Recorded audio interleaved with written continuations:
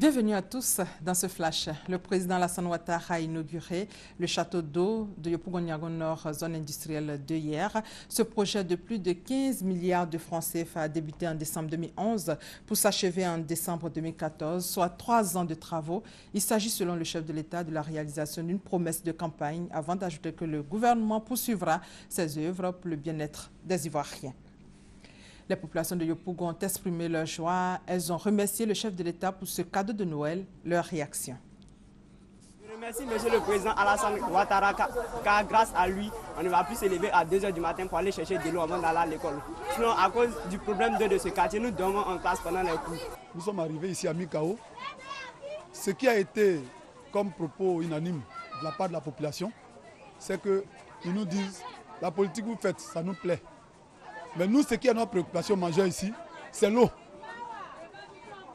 Quel que soit le bord, la population a été unanime sur cette question.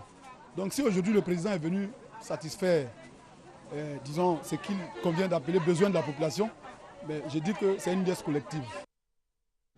Le bien-être justement des populations reste toujours au cœur de la politique budgétaire. Selon Abdourahmane Cissé, le ministre auprès du Premier ministre chargé du budget était l'invité de la 15e édition des rendez-vous du gouvernement. Abdourahmane Cissé a indiqué que le budget de l'État pour l'année 2015 s'élève à plus de 5 000 milliards de francs CFA et dont l'objectif premier est le bien-être des populations. On fait le point avec Adama Koné.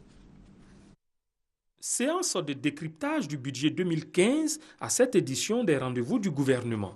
À travers ce budget, l'État entend poursuivre le renforcement des infrastructures socio-économiques de base, avec notamment l'amélioration de l'offre de santé. La question de la santé est clé. Et aujourd'hui, nous sommes à 6,4% du budget et nous allons poursuivre nos efforts. Et nous prévoyons en 2015 un point important, c'est la mise en place effective de la couverture maladie universelle. Au niveau du développement agricole, 164 milliards sont prévus. Une partie de cette dotation sera affectée prioritairement aux subventions du coton, à la modernisation des filières bananes et riz.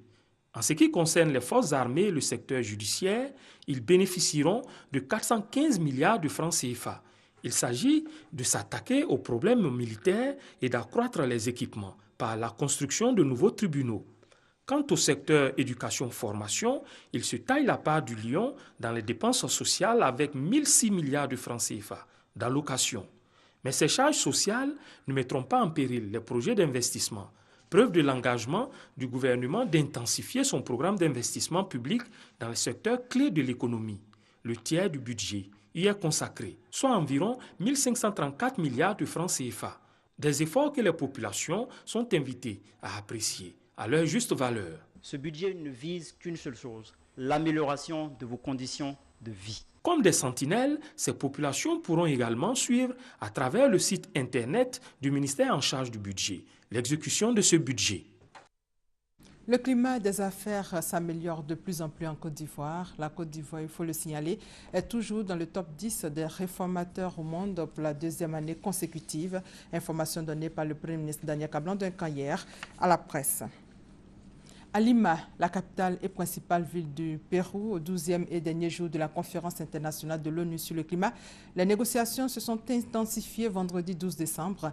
Les pays industrialisés et en voie de développement butaient toujours sur le contour des engagements à prendre avant le grand accord espéré à Paris fin 2015 et les discussions ont été prolongées à huis clos ce samedi. Le RDR, le Rassemblement des Républicains, célèbre ses 20 ans aujourd'hui à Boaké.